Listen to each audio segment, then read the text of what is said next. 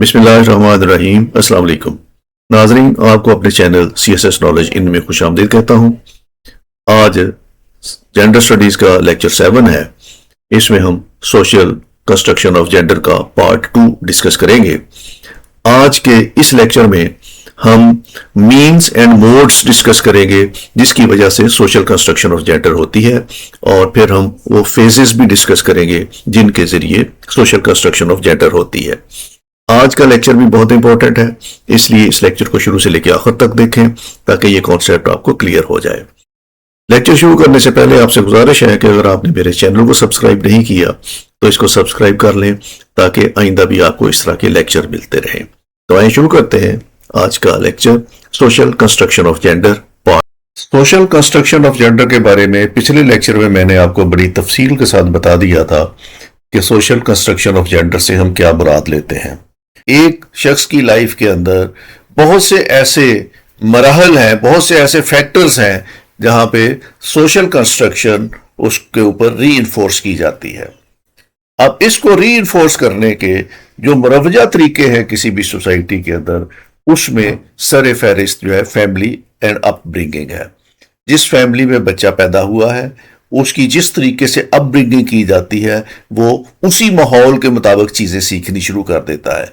तो पहला और सबसे अहम फैक्टर जो है उसके जेंडर रोल को रीइंफोर्स करने में वो उसकी फैमिली और उसकी अपब्रिंगिंग है। The earliest influence begins at home. बच्चा पैदा होता है, पहले ही दिन उसके साथ जिस तरह का बिहेवियर किया जाता है या जो चीजें उसको प्रमोट की जाती हैं या रीइंफोर्स की जाती हैं, बच्चा वही चीजें सीखना शुरू कर देता है। Families shape gender identity by buying gender coded clothes and toys. तो एक फैमिली जो है उसकी जेंडर आइडेंटिटी को एस्टैब्लिश करती है। तो उसके लिए जब कपड़े खरीदे जाते हैं, उसमें लड़का है तो उसके लिए और तरह के कपड़े खरीदे जाते हैं, उसके कलर जो है वो फिक्स हैं कि लड़कों ने ये कलर पहनने हैं, लड़कियों ने कलर ये पहनने हैं। तो कलर्स भी जेंडर्ड हैं और बच्चों के कपड़े भी जेंडर्ड हैं और बच्चों के टॉयज भी जेंडर्ड हैं। तो सबसे पहला काम जो होता है बच्चे का, जैसे ही उसकी पैदाइश हुई है उसके लिए गारमेंट्स खरीद रहे हैं, उसके लिए फीडर खरीदना है, उसके लिए उसके लिनन खरीद रही है, उसका कॉर्ड खरीद रहा है, उसकी सीट खरीद रही है, उसके ऊपर उसके पिल्लो कवर्स और ये चीज़ें खरीद रही हैं। तो ये चीज़ें जो है ये डिफरेंट कलर्स की खरीदी जाती हैं, लड़कों के लिए अलग कलर्स की और लड़कियों के लिए अलग कलर्स की। तो इस तरीके से जब बच्चा पैदा होता है तो फैमिली जो है वो उसकी इस तरीके से जेंडर आइडेंटिटी एस्टैब्लिश करना शुरू कर देती है by buying peculiar clothes and toys. तो इसी तरह टॉयज भी है, बच्चों के लिए अलहदा खरीदे जाते हैं। Reacting differently to a child's emotions or play styles. जब बच्चा चलना शुरू होता है, खिलौनों से खेलना शुरू होता है, तो फैमिली बच्चों के लिए डिफरेंटली रिएक्ट करती है। लड़कों के लिए उनके रिएक्शंस डिफरेंट होते हैं और फीमेल्स के लिए डिफरेंट होते हैं। तो जो उनके खेलने के टॉयज हैं उनकी नेचर से जो फैमिली का रिएक्शन है वो बनता है।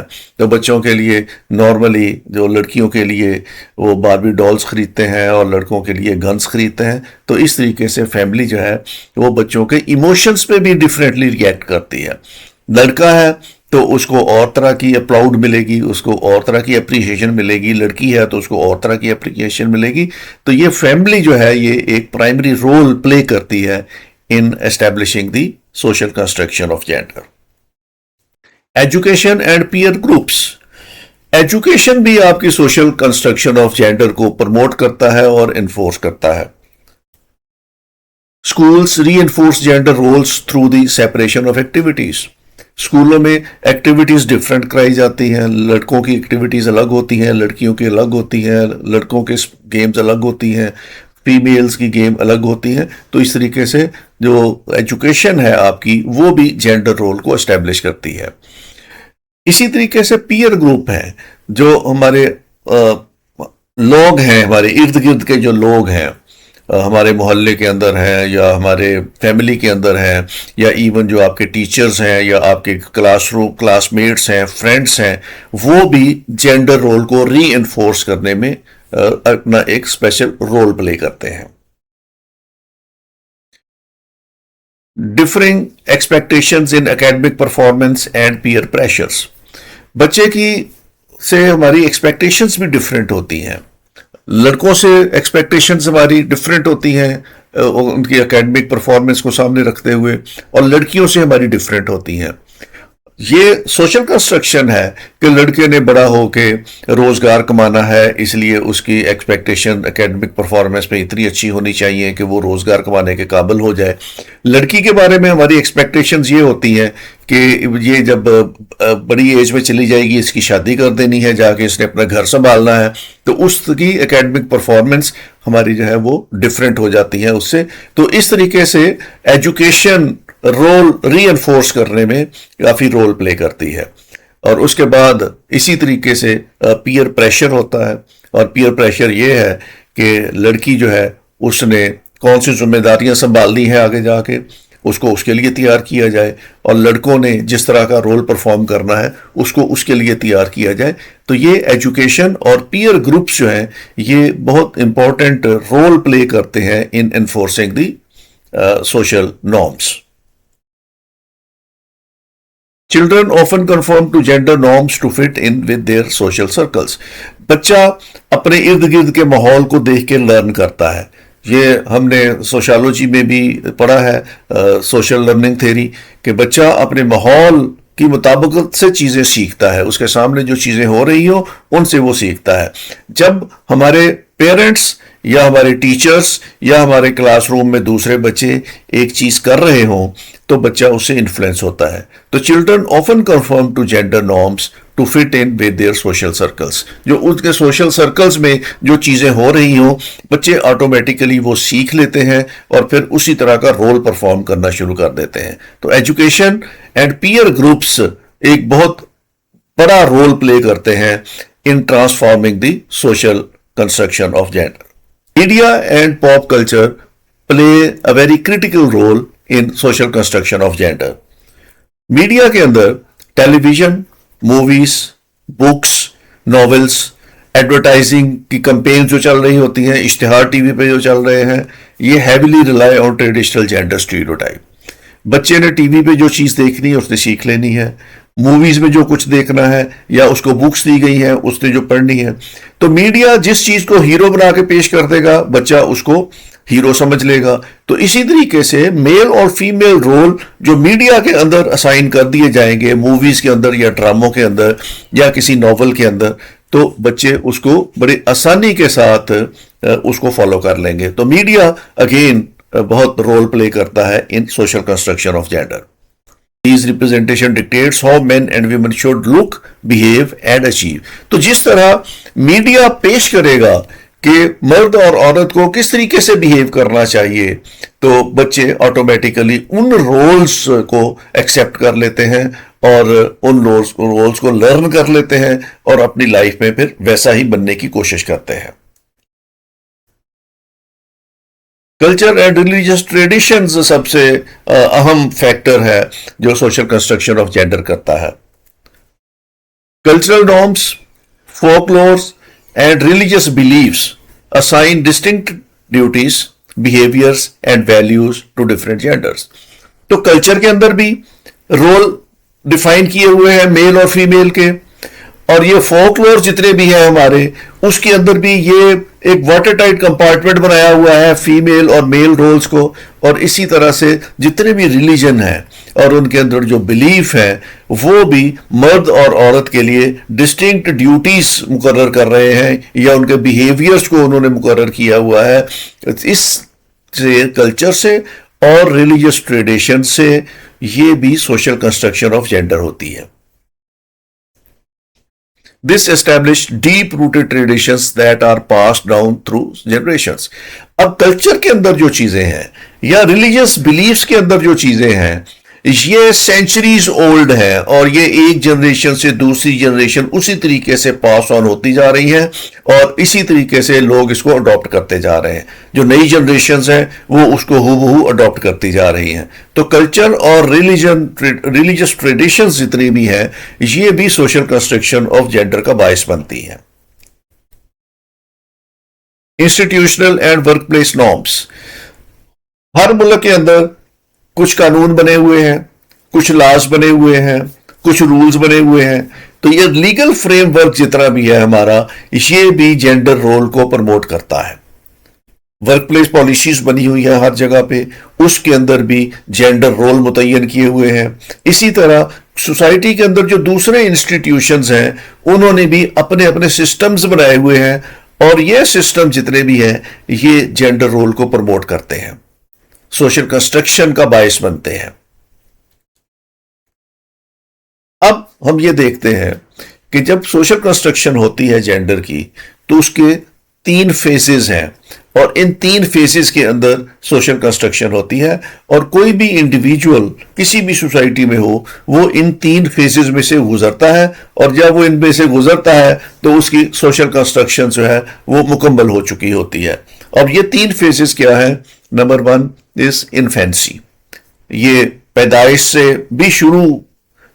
से भी पहले ये काम सोशल कंस्ट्रक्शन का शुरू हो जाता है और इन्फेंसी का जितना भी पीरियड है ये बर्थ से लेके उसने 8-9 साल की एज तक या 10 साल की एज तक का जो पीरियड है ये इन्फेंसी में शुमार किया जाता है।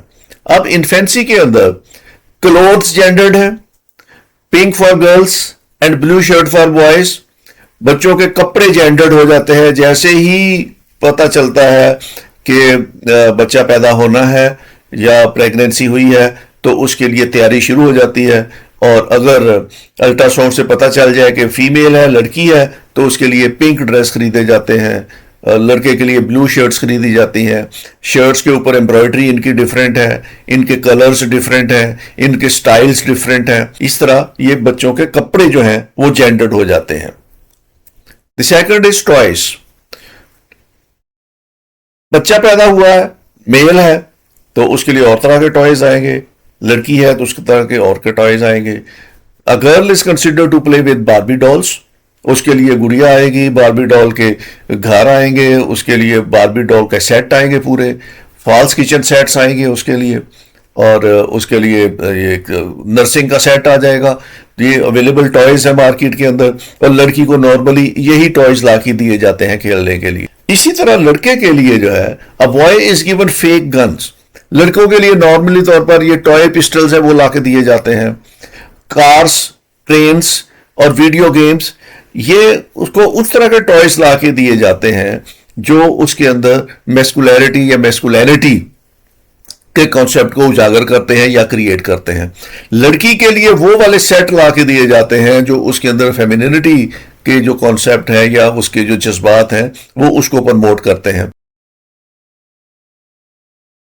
फिर एडोलसेंस का जो टाइम आता है ये टीन एज का टाइम है। ये 11 साल की उम्र से शुरू होता है और ये 18 साल की उम्र तक रहता है। ये बड़ा क्रूशियल पीरियड होता है और इस पीरियड में reaching time of puberty creates many psychological, emotional and social issues to adolescents. इसमें हार्मोनल चेंजेस आ रही होती हैं और इन हार्मोनल चेंजेस से उसके अंदर एक फिजिकल चेंजेस भी रूनुमा हो रही होती हैं। तो इसके अंदर जेंडर कंस्ट्रक्शन भी उतनी ही ज्यादा शिद्दत के साथ हो रही होती है। तो इसमें अट्रैक्शन टूवर्ड्स अपोजिट सेक्स है, बच्चे एक दूसरे अपोजिट सेक्स की तरफ अट्रैक्ट होते हैं, तो उसके लिए फिर सोसाइटी उनको इस तरीके से सोशल कंस्ट्रक्शन ऑफ जेंडर करती है कि सेग्रीगेशन कर देती है उनकी। लड़कियों के लिए अलग स्कूल्स हो जाएंगे, लड़कों के लिए अलग स्कूल हो जाएंगे, क्लासरूम डिफरेंट हो जाएंगे, उनके discrimination due to the sex in institutions में सेक्स की बुनियाद पर उनकी डिस्क्रिमिनेशन हो जाएगी। स्कूल गेम्स डिफरेंट हो जाएंगी और उनके कैरिकुलम की एक्स्ट्रा कैरिकुलर एक्टिविटीज लड़कों की और लड़कों की डिफरेंट हो जाएंगी। Eastern societies girl are encourage to set aback from their male counterparts. तो हमारे ईस्टर्न सोसाइटी में फैमिली के अंदर भी लड़कियों का फिर अपने कजन्स के साथ और मेल काउंटर पार्ट के साथ मिलना जुलना, उस पर पाबंदियां लग जाएंगी, उसका ड्रेस कोड डिफरेंट हो जाएगा। तो हर सोसाइटी में इस एज के अंदर एक सोशल कंस्ट्रक्शन डिफरेंटली होती है। स्पोर्ट्स एंड गेम्स डिफरेंट हो जाती हैं, रिक्रिएशन के तरीके डिफरेंट हो जाते हैं। लड़का है वो दोस्तों के साथ बाहर जा सकता है, बाहर जाके ग्राउंड में फुटबॉल खेल सकता है, क्रिकेट खेल सकता है, और मूवीज देखने जा सकता है, वो थिएटर देखने जा सकता है, वो खाना खाने जा सकता है लड़कों के साथ बाहर, वो रिक्रिएशन के लिए बाहर निकल सकता है, गेम के लिए बाहर निकल सकता है, वो गपशप लगाने के लिए बाहर निकल सकता है। उसके लिए वक्त की भी कोई पाबंदी नहीं है, वो दिन को चाहे, वो रात को चाहे, वो शाम को चाहे, दोस्तों के साथ बाहर वक्त गुजार सकता है।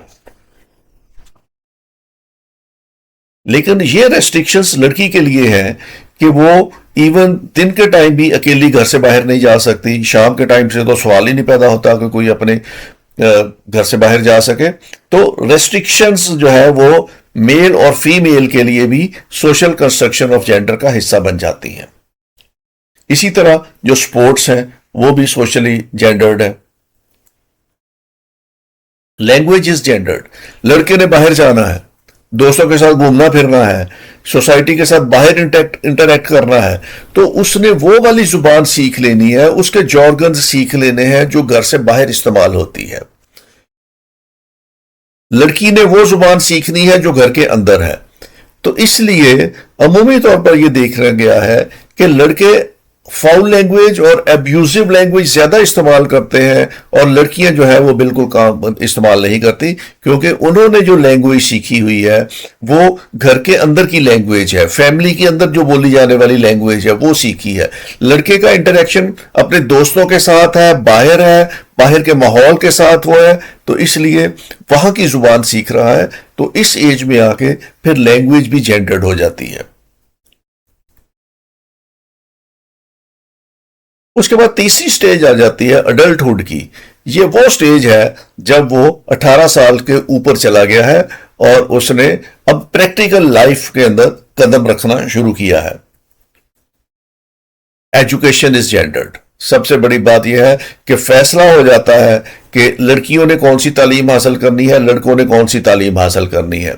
लड़कों ने वो तालीम हासिल करनी है जो उनके प्रोफेशनल कैरियर के लिए जरूरी है, ताकि उन्होंने कमा के लाना है। लड़कियों ने वो तालीम हासिल करनी है जो उनके आगे आने वाली लाइफ के लिए जरूरी है। और अमूमी तौर पर मर्दों को जो तालीम दी जाती है, लड़कों को जो तालीम दी जाती है, वो उनके फाइनेंशियल कैरियर के हिसाब से दी जाती है, और लड़कियों को जो तालीम दी जाती है वो उनकी हाउस होल्ड के हिसाब से दी जाती है। तो इस एज में जाके एजुकेशन भी जेंडर्ड हो जाती है। Professions are gendered. प्रोफेशन भी जेंडर्ड हो जाते हैं। अगर लड़की ने रोजगार में जाना ही है, बाहर रोजगार कमाने के लिए बाहर भी निकलना है, तो उसके लिए प्रोफेशन भी जेंडर्ड हो जाते हैं। मर्दों के प्रोफेशन और तरह के होते हैं, लड़कियों के प्रोफेशन और तरह के होते हैं। Choice of profession is controlled by the society. लड़कों ने कौन सी तालीम हासिल करनी है, लड़कियों ने कौन सी तालीम हासिल करनी है, लड़कों ने किस प्रोफेशन में जाना है, लड़कियों ने किस प्रोफेशन में जाना है। तो प्रोफेशन भी जेंडर्ड है। लड़की ट्रक ड्राइवर नहीं बन सकती, लड़की बस ड्राइवर नहीं बन सकती, लड़की जो है वो उबर नहीं चला सकती। तो इस तरह बहुत से प्रोफेशंस हैं जिसके अंदर लड़कियां नहीं जा सकती। Girls are encourage to be doctors, nurses, teachers and हाउसवाइफ्स। तो लड़कियों के लिए वो प्रोफेशन जो है वो मुनासिब समझे जाते हैं जिनमें उनको फैटीग कम से कम हो, उनको लेबर कम से कम करनी पड़े। वो आसान काम जो है उनको दिए जाते हैं जो किसी एक प्रीमिसेस क्लोज्ड प्रीमिसेस के अंदर बैठ के वो आराम से कर सकती हैं। जबकि मर्दों के लिए जो प्रोफेशन होते हैं वो उन्होंने चूंकि अर्निंग करनी है, आउटडोर प्रोफेशंस में ज्यादा उनका रुझान बनता है, तो उनको इंजीनियर्स बनाया जाता है, साइंटिस्ट बनाया जाता है, बैंकर्स, ब्यूरोक्रेट्स और ऐसी टॉप पोजीशन जहां जाके वो अपने फाइनेंशियल कैरियर को बेहतर कर सकें और हाई अर्निंग जॉब्स की तरफ जा सकें। लड़कों के लिए वो जॉब्स जो है वो फिक्स की जाती हैं। तो इस तरीके से अडल्टहुड में एजुकेशन जेंडर्ड है और प्रोफेशन जेंडर्ड है, और चॉइस ऑफ प्रोफेशन जो है ये वेरी करता है बिटवीन मेल एंड फीमेल। फिर फ्रीडम्स। अडल्टहुड में मेल के पास बहुत सी फ्रीडम्स आ जाती हैं, जबकि फीमेल के पास वो फ्रीडम की बजाय उसके ऊपर रेस्ट्रिक्शंस इंपोज हो जाती हैं। Men are given free hand, whereas females are subject to the subordinate to the wishes of the elders. मर्द को फ्री हैंड है, जाए घूमे फिरे, सैर सपाटे करे, खाए पिए, मूवीज देखे, दोस्तों के साथ गपशप लगाए, फ्रीडम ऑफ प्रोफेशन भी है उसके पास। लेकिन लड़कियों के पास ये फ्रीडम्स नहीं है, वो सबऑर्डिनेट है to the wishes of the elders. घर से बाहर निकलना है तो उनको इजाजत चाहिए, एजुकेशन आगे हासिल करनी है उनको परमिशन चाहिए, किसी लड़की अपनी फ्रेंड के साथ मिलने जाना चाहती है तो उसको फ्रीडम चाहिए, शॉपिंग के लिए जाना चाहती है तो वो उसको फ्रीडम चाहिए और उसको परमिशन चाहिए, और वो एक फीमेल मेंबर उसको साथ जाएगा उसके, तो वो शॉपिंग करने जा सकती है, अकेली शॉपिंग वो करने नहीं जा सकती। तो कुछ रेस्ट्रिक्शंस हैं जो फीमेल्स पे लगा दी जाती हैं और मेल जो है उसको फ्रीडम्स मिल जाती हैं। अब अगली फ्रीडम जो है वो सिलेक्शन ऑफ फ्रेंड्स की है। लड़का चाहे जितने मर्जी दोस्त बना ले, जिसको मर्जी चाहे दोस्त बना ले, जिसके साथ चाहे मर्जी उठे बैठे जाए, खेले कूदे खाए पिए, लेकिन ये इख्तियार लड़की के पास नहीं है। अगर उसने किसी फीमेल को भी अपना फ्रेंड बनाना है तो उस पर भी 100 तरह की तहकीकात होती हैं, फिर उसको इजाजत मिलती है कि हाँ फला लड़की के साथ तुम दोस्ती कर लो। तो ये सिलेक्शन ऑफ फ्रेंड्स के बारे में भी फ्रीडम जो है वो ख्वातीन को नहीं दी जाती। ये सारी सोशल कंस्ट्रक्शंस हैं जो उसके ऊपर पाबंदियां लगा दी जाती हैं।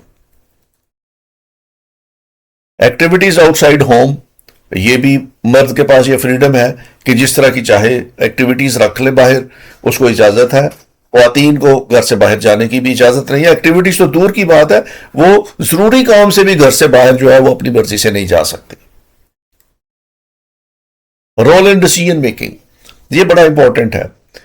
लड़का जो है उसका एक रोल रिकॉग्नाइज्ड है इन द डिसीजन मेकिंग। घर के जो अहम फैसले करने हैं वो हेड ऑफ द फैमिली जो है वो मेल मेंबर से तो कंसल्ट कर लेगा, अपने बेटों से तो, लेकिन वो बेटियों से कभी डिसीजन मेकिंग नहीं करेगा या उनसे कंसल्ट नहीं करेगा। इवन लड़कियों के अपने बारे में भी अगर कोई फैसला साजी होनी है तो लड़की को उसमें भी शरीक नहीं किया जा सकता, उसमें भी शरीक नहीं किया जाता, बल्कि उसके बारे में फैसला जो है वो घर के बड़े मेल मेंबर्स के साथ मिलकर करते हैं। तो इस तरह डिसीजन मेकिंग में जो एक रोल है अडल्टहुड में जो आ जाता है वो भी लड़कों के पास रहता है और वो लड़कियों को उसमें भी शरीक कार नहीं किया जाता। ये भी एक सोशल कंस्ट्रक्शन है। पेरेंटिंग, शादी हो गई, मां बाप बन गए, तो उसमें पेरेंटिंग में it is considered the duty of the mother to look after children.